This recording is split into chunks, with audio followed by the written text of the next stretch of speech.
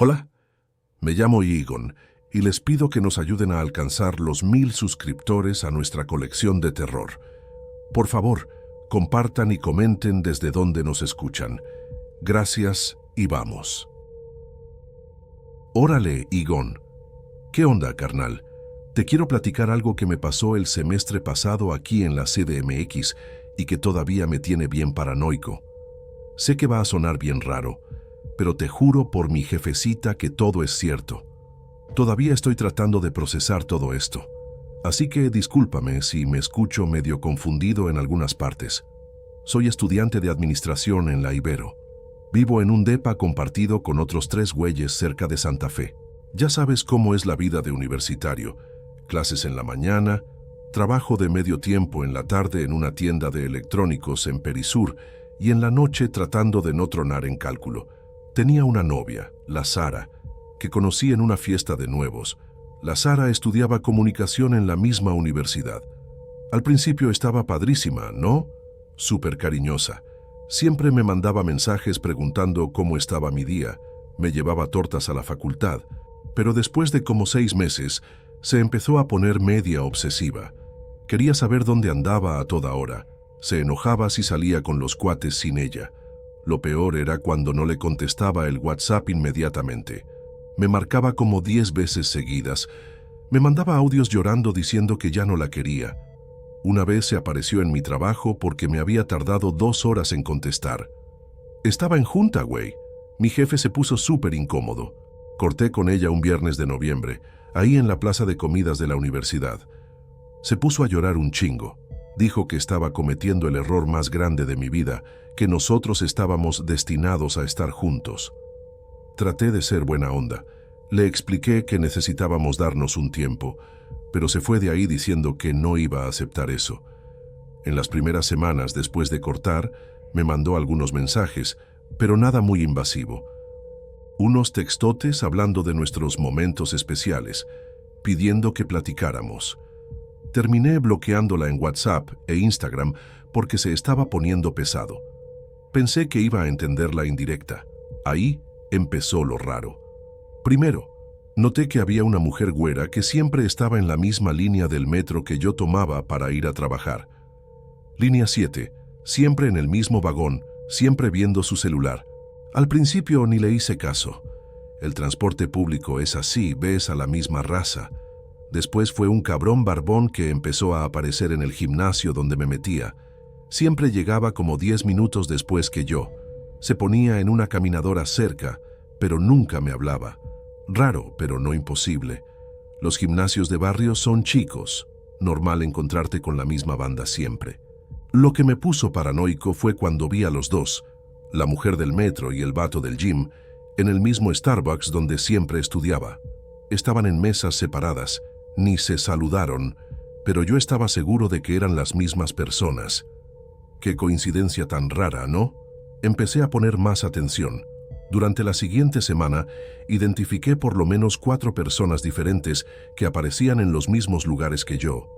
Una señora de cabello canoso en el Walmart, un chavito de tenis rojos en la biblioteca, una morra de cabello rosa en la parada del camión. Siempre discretos, nunca me veían directamente. Le platiqué a mi roomie, el André, y me dijo que estaba alucinando. Güey, acabas de cortar, estás viendo fantasmas donde no los hay. Pero yo estaba seguro de que algo estaba mal. Decidí hacer una prueba. Cambié completamente mi rutina por 2 días. En lugar de tomar el metro, me fui en Uber. En lugar del gym, corrí en el Parque México. En lugar del Starbucks, estudié en la biblioteca de la facultad. ¿Adivina qué? Las personas eran otras, pero el patrón seguía igual. Siempre alguien cerca, siempre discreto, siempre es casualidad. Un martes en la noche, regresando de la universidad como a las 9, decidí confrontar a uno de ellos. Era el vato de tenis rojos. Había estado caminando como 20 metros atrás de mí por 4 cuadras.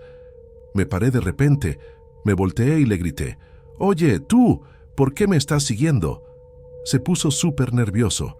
Empezó a tartamudear diciendo que no estaba siguiendo a nadie, que vivía por ahí. Pero cuando le pregunté dónde exactamente, apuntó hacia una dirección vaga y salió corriendo. literalmente corriendo, carnal. En ese momento tuve la certeza de que algo muy raro estaba pasando. El sábado siguiente, la Sara se apareció en la puerta de mi depa. Estaba diferente, más flaca, con el cabello cortado bien corto. Dijo que quería platicar solo 5 minutos. Contra mi mejor juicio, la dejé entrar. Los chavos no estaban en casa, éramos solo nosotros dos en la sala. «¿Te diste cuenta de que hay gente cuidándote, verdad?», me preguntó sentándose en el sillón como si nada hubiera pasado. Sentí un escalofrío. «Sara, ¿qué pedo? ¿Estás mandando gente a perseguirme?». Se sonrió, pero era una sonrisa rara, como orgullosa. «No es persecución, Lucas, es cuidado». Sacó su celular y me enseñó un grupo de Telegram llamado Corazones Heridos, Apoyo Mutuo. Había como 20 personas. Todos aquí pasamos por lo mismo que yo. Parejas que nos abandonaron sin darle una oportunidad real al amor. Leí algunos mensajes del grupo. Estaba cabrón, güey. Hablaban de recuperar relaciones verdaderas, curar la ceguera emocional de las exparejas, misiones de reconexión, como si fuera una secta o algo así. Había horarios, estrategias, hasta códigos para referirse a las personas que cuidaban. Nos organizamos por turnos, me explicó súper tranquila. Marcia te acompaña en la mañana en el metro, Juan se queda en el gym, Fernanda en el súper. Todos entendemos que estás confundido, que necesitas tiempo para darte cuenta de que cometiste un error al dejarme. Traté de argumentar. Le dije que estaba loca, que eso era delito. Pero siguió con esa sonrisa, diciendo que solo necesitaba abrir el corazón otra vez, que todo el grupo me estaba energizando positivamente para que regresara al camino del amor verdadero. Era como hablar con alguien de otra realidad. «¿Y si no quiero regresar?», le pregunté. Su sonrisa se puso más fría. «Vas a querer, Lucas. Tenemos paciencia». Algunas exparejas del grupo tardaron meses en entender, pero todos regresaron al final. El amor siempre vence a la confusión mental. Logré convencerla de que se fuera prometiéndole que iba a reflexionar sobre todo. En cuanto se fue, llamé a la policía. Hicieron un reporte, pero dijeron que era difícil comprobar sin evidencia directa o amenaza. Sugirieron que cambiara mi rutina y evitara ser predecible. En los siguientes días, cambié todo. Horarios diferentes, rutas diferentes, hasta dejé de ir al gym. Pero ellos también se adaptaron.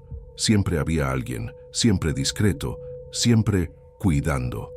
Una vez vi a 3 de ellos platicando en una esquina de la plaza donde almorzaba, planeando quién sabe qué. Lo que más me perturbaba era la convicción que tenían. No eran stalkers normales. Realmente creían que estaban haciendo algo bueno, como misioneros del amor o algo así. Y la Sara había logrado convencer a todo un grupo de gente de vigilarme como si fuera trabajo voluntario. Egon, esto fue hace 4 meses. Terminé transfiriéndome a una universidad en Guadalajara, lejos de todo eso. Cambié número, borré redes sociales, hasta uso lentes oscuros en la calle. No sé si ya se dieron por vencidos o si todavía andan por ahí cuidándose a otras personas. Lo que me da miedo es pensar que hay otros grupos así, convencidos de que forzar a alguien a amar es un acto de bondad. Espero que nunca pases por algo así, carnal. Hasta la fecha volteo por encima del hombro cuando salgo de casa.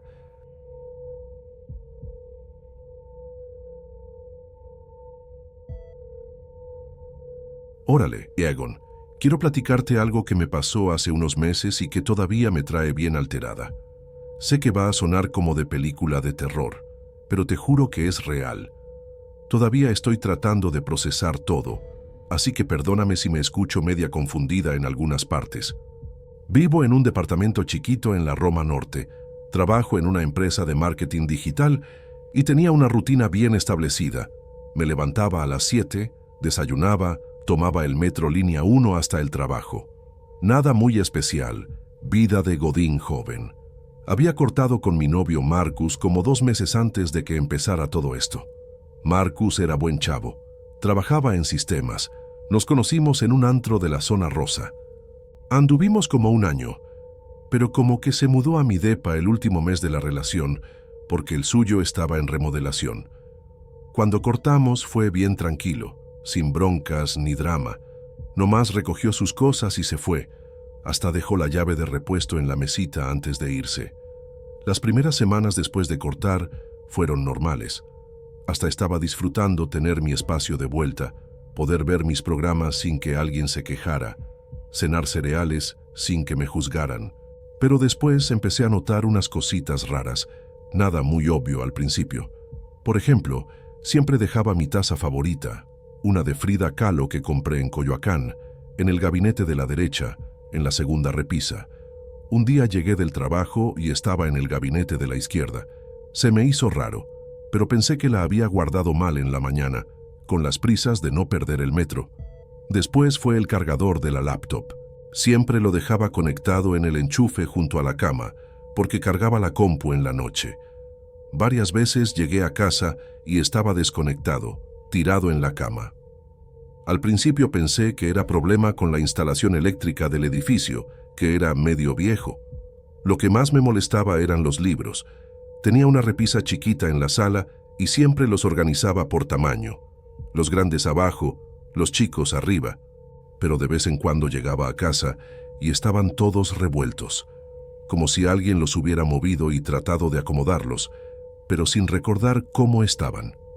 Empecé a pensar que me estaba volviendo loca o que estaba muy estresada en el trabajo. Le platiqué a mi hermana, que vive en Guadalajara, y me dijo que era normal estar medio confundida después de cortar, que tal vez había cambiado la rutina sin darme cuenta. Tenía sentido en ese momento. Pero después hubo una noche que me desperté a las 3 de la mañana con sed. Fui a la cocina por agua y vi que la puerta del refri estaba entreabierta. No mucho, como 2 dedos, pero lo suficiente para que la luz de adentro estuviera prendida. Eso me puso bien nerviosa porque siempre reviso que esté cerrado el refri antes de dormir, manía que tengo desde morra. Al día siguiente, instalé una app en el celular para anotar qué hacía antes de dormir. Como 9:30 p.m., cerré refri, apagué tele, puse celular a cargar. Se oía neurótico, pero necesitaba estar segura de si se me estaban olvidando las cosas o si algo estaba mal de verdad. Durante como 2 semanas, las notas coincidían con lo que encontraba en la mañana. Hasta que un jueves, anoté que había dejado el control remoto en la mesita de centro, como siempre. El viernes en la mañana, estaba en el sillón, entre los cojines. En ese momento, el nervio fue real. Decidí instalar una cámara de seguridad. Nada muy caro, solo una de esas que se conectan al Wi-Fi y graban en el celular. La puse en la sala, medio escondida atrás de unos libros en la repisa. Por lo menos iba a estar segura de si alguien estaba entrando a mi depa o si de verdad me estaba volviendo loca. Las primeras noches no mostraron nada, solo yo llegando del trabajo, haciendo de cenar, viendo Netflix y yéndome a dormir. Me sentí media tonta por haber gastado dinero en paranoia, pero un martes en la noche pasó. Estaba dormida cuando la app de la cámara me mandó una notificación de movimiento. Agarré mi celular y vi, en vivo, a alguien en mi sala. Era Marcus. Estaba sentado en mi sillón de espaldas a la cámara viendo la tele en volumen bajo. Su cabello había crecido un poco, pero era él, sin duda.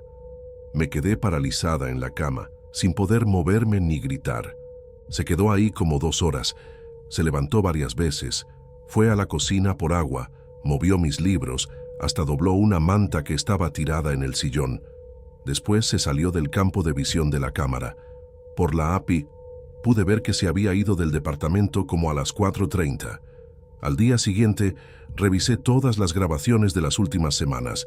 Descubrí que venía por lo menos 3 veces a la semana, siempre después de medianoche. A veces se quedaba solo 1 hora, otras veces toda la madrugada. En una grabación lo vi yendo hacia mi cuarto, pero la cámara no llegaba al pasillo. Lo más perturbador era cómo se comportaba. No estaba robando nada ni haciendo desmadre. Al contrario, arreglaba las cosas, lavaba los platos que yo dejaba en el fregadero, hasta acomodaba los cojines del sillón. Era como si todavía viviera ahí y nomás hubiera llegado tarde del trabajo. Fui a la policía, pero me dijeron que necesitaban más evidencia para hacer una denuncia.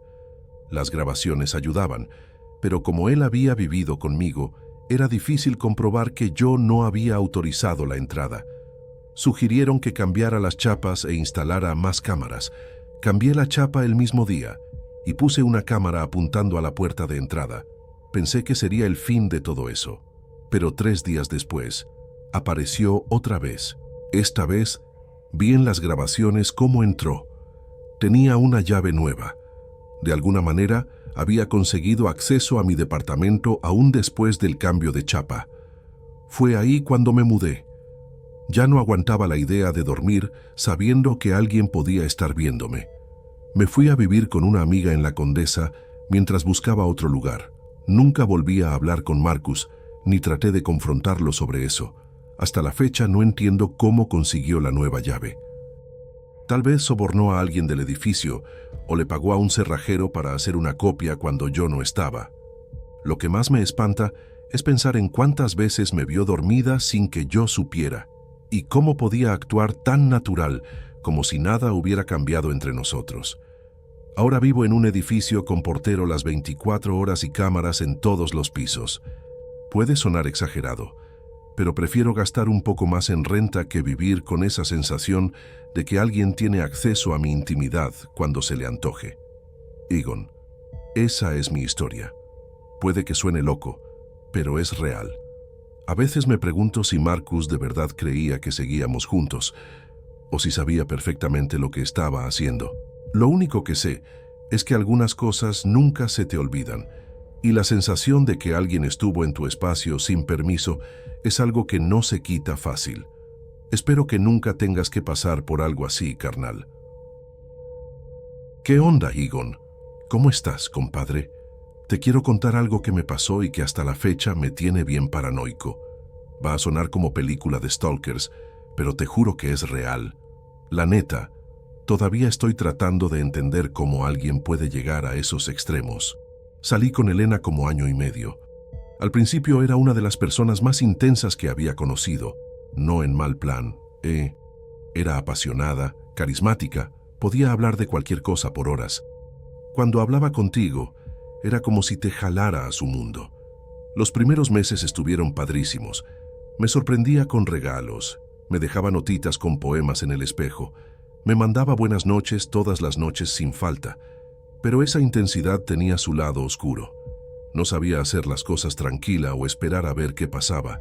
Todo era perfecto o catastrófico. Si me tardaba 5 minutos en contestar un mensaje, me mandaba un chorro de mensajes. Primero preocupada, después enojada, luego pidiendo disculpas. Se fue poniendo peor lentamente, casi sin que me diera cuenta. Una vez me acusó de andar con otra porque le di like a una foto de Instagram de una morra con la que no había hablado desde la prepa. Y cuando le decía que algo que hacía me incomodaba, se cerraba completamente. No digo que se quedara callada nomás. Se quedaba sentada en mi depa por horas viendo la pared, negándose a irse hasta que le dijera que todo estaba bien. La primera vez que se apareció sin avisar en mi oficina fue a los 6 meses. Llegó con café y actuó como si fuera súper tierno, como parejas de telenovela. Me reí, pero la segunda vez fue porque no le había contestado una llamada. Se quedó parada en el estacionamiento hasta que bajé. Había estado llorando. Le dije que no estaba bien y nomás sonrió y me dijo, «Tú harías lo mismo por mí, ¿no?» No tuve respuesta para eso. Seguí inventándole excusas, traumas, problemas de abandono, pedos de la infancia. Pensé que si le demostraba que no me iba a ir, se calmaría. En lugar de eso, entre más le daba, más necesitaba. Al final, llegué a mi límite. Le dije que tenía que terminar. No gritó ni lloró. Nomás me vio en silencio, por lo que se sintieron como minutos. Después asintió y me dijo, «Tú crees que se acabó para ti, pero para mí no se ha acabado». Me dio un frío cabrón. No sonaba ni a amenaza, nomás como un hecho. La bloqueé en todo esa misma noche y cambié mi número. Hasta le pedí al administrador del edificio si me podía cambiar a otro departamento. Por unas semanas pensé que había funcionado. Después empezaron a llegar las cartas. Las cartas no tenían estampillas ni remitente. nomás mi nombre escrito a mano en el sobre, siempre metidas entre mi puerta y el marco. Guardé algunas de esas notas. La primera era medio nostálgica. Decía: extraño despertarme contigo. Todavía duermo del lado de la cama donde te acostabas tú. La segunda se puso más rara. Decía: siempre revisas la puerta 3 veces antes de acostarte. Probablemente ni te das cuenta, pero yo sí. La tercera carta fue la que me hizo hacer maletas. Decía: te pusiste tu sudadera azul el lunes, la que tiene el hoyo en la manga. Deberías cosértelo antes de que se haga más grande. Esa era la misma sudadera que me puse cuando fui a comprar despensa ese día al súper del otro lado de la ciudad, bajo la lluvia. No había visto a nadie conocido, ni una sola persona que reconociera, pero ella me había visto. Supe entonces que mudarme al otro lado de la ciudad no iba a ser suficiente. Conseguí trabajo en Denver, uno bueno. No le dije a nadie más que a mi hermano y familia inmediata. No dejé dirección de reenvío, hasta creé un email nuevo para el trabajo, sin vincular nada personal. Me desaparecí completamente. Hasta saqué un apartado postal con nombre falso. Pensé que eso iba a ser suficiente, y por un tiempo lo fue. Pasaron muchos meses y dormí tranquilo. Empecé a salir otra vez. Nada serio, nomás copas y películas, pero me estaba riendo de nuevo. Me sentía como persona. Después, un sábado, abrí mi apartado postal y encontré un sobre. Nomás mi nombre otra vez, sin estampilla ni remitente. Adentro había una Polaroid. Era de mí caminando a mi edificio tomada desde atrás. Traía mis audífonos puestos y un café en una mano. Hacía frío, se veía nieve en la banqueta y las montañas de fondo. Revisé atrás y escrito con tinta roja decía: se te caen los hombros cuando estás cansado. No esperé. Me mudé otra vez, más rápido esta vez. Pagué en efectivo por una renta en otra parte de la ciudad. Edificio más chico, menos inquilinos. Cambié de trabajo otra vez y le dije a mi jefe que tenía problemas familiares y tenía que trabajar completamente remoto. Adopté un perro de refugio, grande y ruidoso, un pastor alemán mezclado para tratar de mantenerme cuerdo. Borré casi todo en línea y no tenía apps ni redes sociales. Me desaparecí por casi un año y no escuché nada, ni cartas ni fotos. Me dejé creer que finalmente se había ido, hasta el post-it. Estaba pegado en mi puerta una tarde cuando llegué de pasear al perro. Era una nota amarilla con tinta roja que decía: no me gusta la barba. Se me cayó el estómago. Me la había dejado crecer como 3 meses antes. Nadie me había visto con ella excepto el perro y tal vez la cámara de trabajo, que mantenía tapada a menos que estuviera en llamada. Me la rasuré esa noche. Me dije que era coincidencia, pero a la mañana siguiente había otra nota, metida bajo el limpiaparabrisas de mi carro. Decía: mejor. Contacté a la policía otra vez y levanté un reporte. Dijeron que sin amenazas o daño a la propiedad no había mucho que pudieran hacer. Pregunté si podía sacar una orden de restricción y dijeron que necesitaba comprobar que ella había estado cerca de mí, lo cual sin verla o agarrarla en el acto era casi imposible. Cambié mis hábitos y empecé a poner atención a cada detalle, como cerrar las puertas con llave y cerrar las cortinas. No dormí mucho. Me quedaba acostado por horas viendo el techo y esperando a que crujieran las tablas del suelo. Pasaron 2 semanas sin incidentes. Empecé a preguntarme si tal vez las notas eran viejas. Tal vez las había dejado hace tiempo y apenas las había notado, pero en el fondo ni yo me la creía. Después, una noche, me desperté a medianoche con esta sensación horrible, como si alguien me hubiera estado viendo y apenas hubiera salido del cuarto. Me levanté y revisé las puertas y ventanas hasta debajo de la cama, como si fuera niño otra vez. Nada estaba fuera de lugar. Pero a la mañana siguiente, pegado en el exterior de mi puerta, había un sobre chiquito, como si alguien se hubiera tomado su tiempo para alinearlo perfectamente.